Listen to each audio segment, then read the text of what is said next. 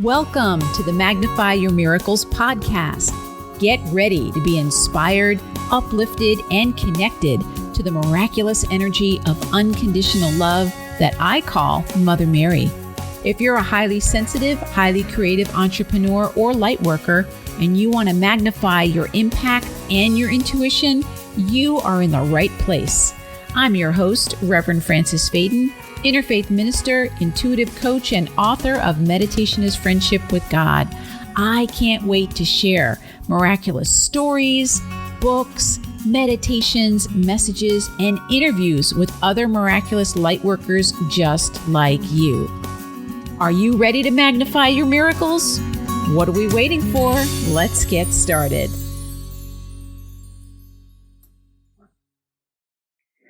Hello, my miraculous friend, and welcome to another episode of the Magnify Your Miracles podcast. This is Reverend Frances Faden, and I am so grateful that we get to spend this time together helping you to magnify your miracles. Well, today we get to talk about an amazing book, a book that is truly life-changing. In fact, if you were looking to make a change in your life, and I could only recommend one book, this would probably be the book that I would recommend to you. But before we get into all of that, let's take a few deep breaths together. Just grounding and centering ourselves, breathing in the energy of expansion, breathing out anything you no longer need.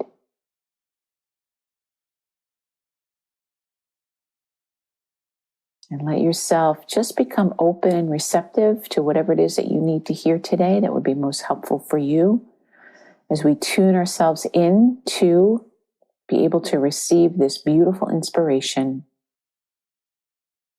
knowing that whatever you hear is what you need, whatever your soul needs to take one more step forward on your spiritual path and to help you magnify your miracles. Let's take one more deep breath in gratitude, and we can begin. All right, my friend. Well, I've been thinking about this book for a long time, wanted to present it to you for a long time. And the reason that I didn't do it sooner is because I really wanted to give you a book and give you a chance to get the book and take a look at it, and then interview the author.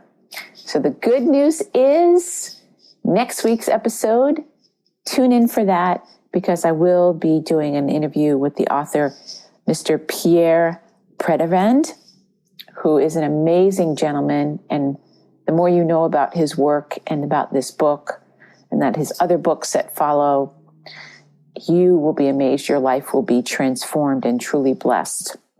So I'll be interviewing him next week. Make sure you tune in next week for a miraculous interview with this amazing soul and this amazing gentleman who is going to help us to learn how to be in the world the way it is and transform our suffering and our pain into love and into even joy. So the book is called The Gentle Art of Blessing, a simple practice that will transform you and your world, by Pierre Pradervand. And this book is not some philosophy. I mean, it is a philosophy, but what I mean by that is it's not just somebody's idea. This is a lived spiritual path.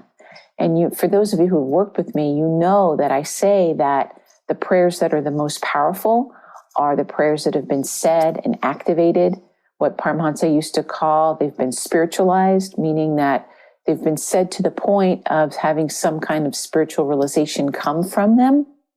This book is such a thing. It is definitely spiritualized. It's a spiritual path that has been lived. So if you're like me and you get overwhelmed sometimes with things that are happening both in your personal life, with your friends, with your family, you get blessed. You get overwhelmed with what's happening in the world. And you often feel powerless. That's sometimes how I feel. As highly sensitive people, we feel very deeply. I was talking to somebody, I think it was just my hairdresser or somebody a few weeks ago that right before the Ukraine invasion, she had this encounter, panic attack. I don't know what it was, but her body was actually responding. And I think the next day, the invasion happened. And I said, I don't think it's a coincidence. Of course, I encourage her to go to the doctor and get herself checked out. Absolutely. But don't underestimate the things that are happening on the planet. Things that are happening where there are wildfires and floods and tornadoes and, there's suffering happening on the planet. And we as highly sensitive people are impacted by that. So you always want to go and get yourself checked out and get all the help you need. But also make sure you take care of your heart and your spirit. And that's what this book is offering you. It's offering you a way to not feel so powerless. It gives you a way that you can respond to the unkindness in the world, the unkindness in others, and even the unkindness in yourself, and transform that energy. So let me tell you a little bit about it. Truth is, as always, I want to read you the whole book, but I'm going to read you a little bit from the beginning and a little bit from the end.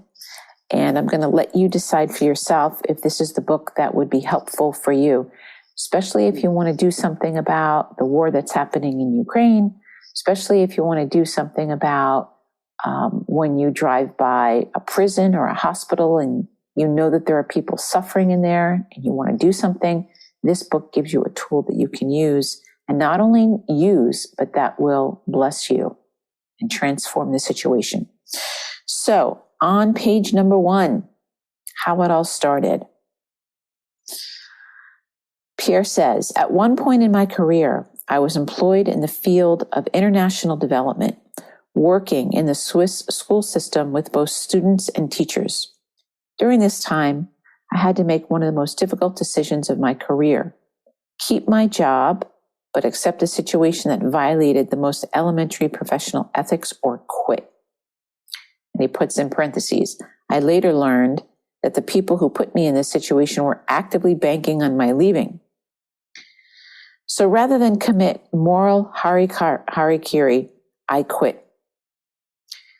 In the following weeks, I developed a deep-seated and all-consuming resentment such as I had never experienced before against the people who put me in this impossible situation.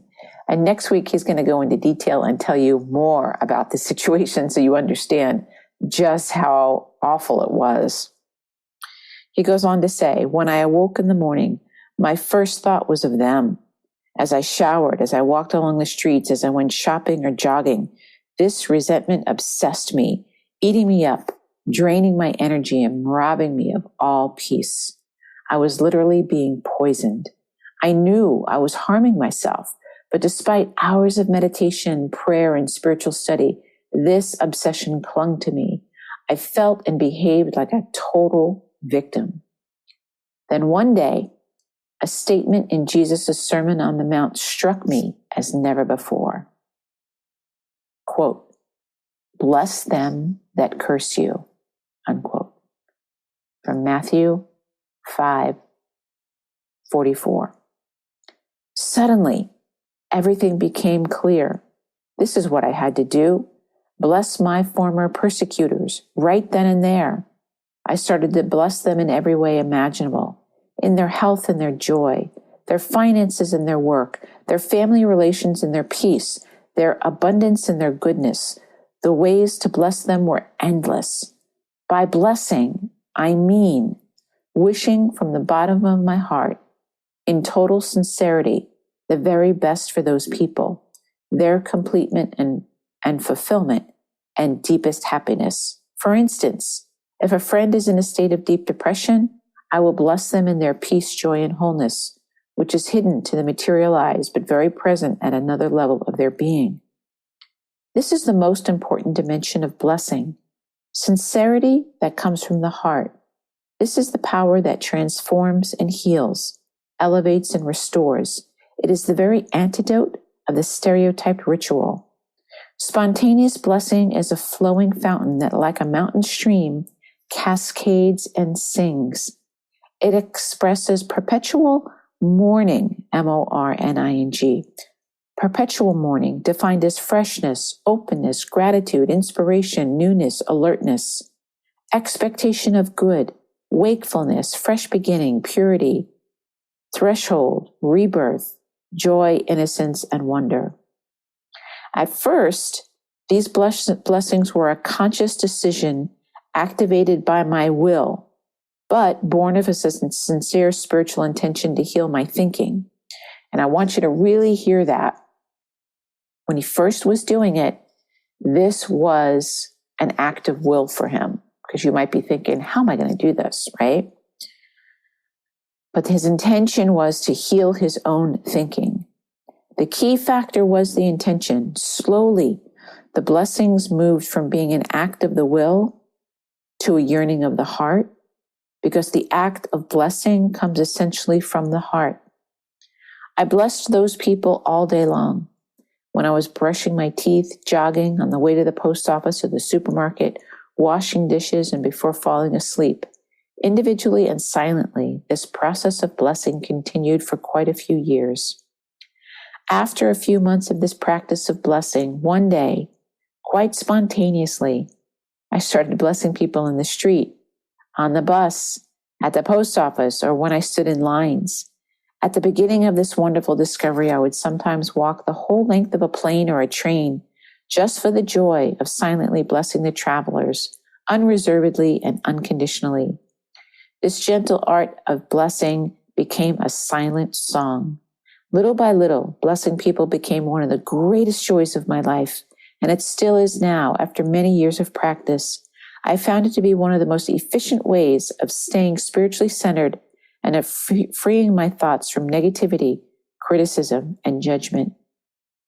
Learning more about the spiritual laws that govern the universe, which we'll discuss in the chapters ahead, revealed to me why blessing had this effect. I never received any roses from my former employer, nor even the slightest expression of regret. Rather, I have received roses from life by the armful. Now, he goes on here, and he has real-life stories of people who practice this and the healing that they experienced. But I'm going to give you on page number 6 some ways that you can start practicing this. And then at the end, I'm going to show you a way that you can practice this for yourself. So he says that he felt like he channeled this work, like he was a scribe under dictation, and that this is some of the inspiration he received. So how can you practice this? On awakening, bless this day, for it is already full of unseen good, which your blessings will call forth.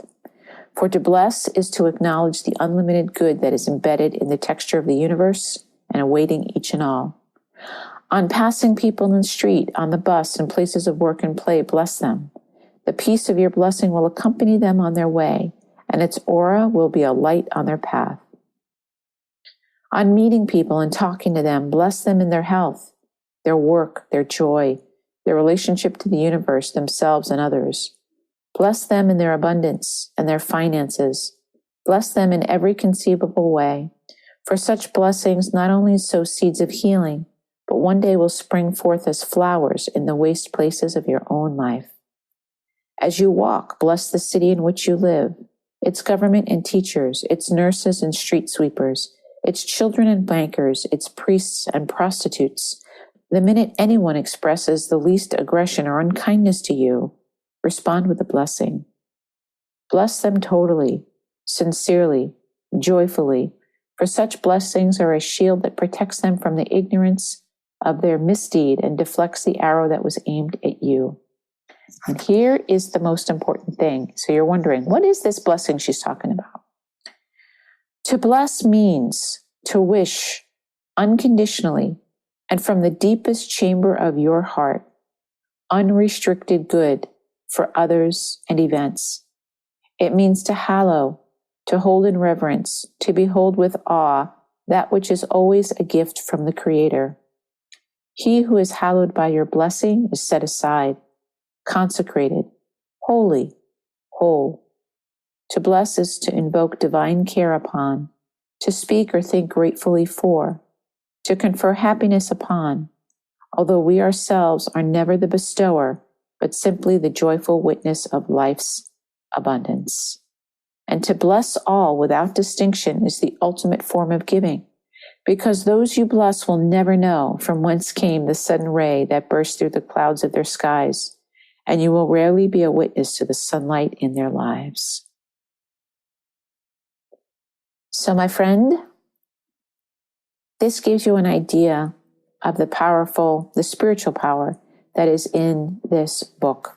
You can be, as I said, if you do one thing or read one book on your spiritual path that will help transform and heal you, this is the one I would recommend. So powerful. On page 177, he has at the very end here, situational blessings, how to bless your employer, how to bless your family, how to bless someone that's hurt you, how to bless the government, how to bless people, all people in all kinds of situations. And I should say all kinds of distressing situations. But the most important one is a blessing for yourself.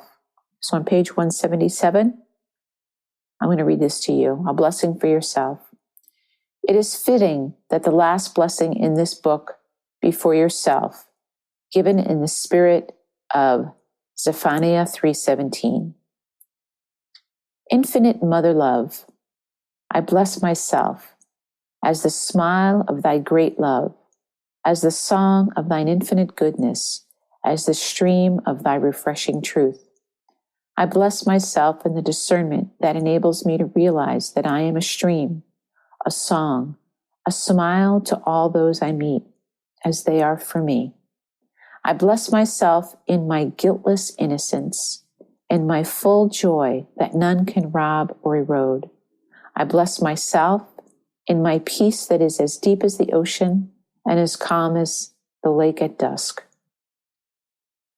Then he says, use and reinvent this blessing every day, adding the qualities you especially wish to express: patience, intelligence, purity, strength, humor, whatever. Remember that as the reflection, the smile of God, you already have these qualities as part of you. They do not have to be added on, but simply unveiled. And then the last line is, enjoy the unveiling, dear friend. It will become the greatest discovery in your existence.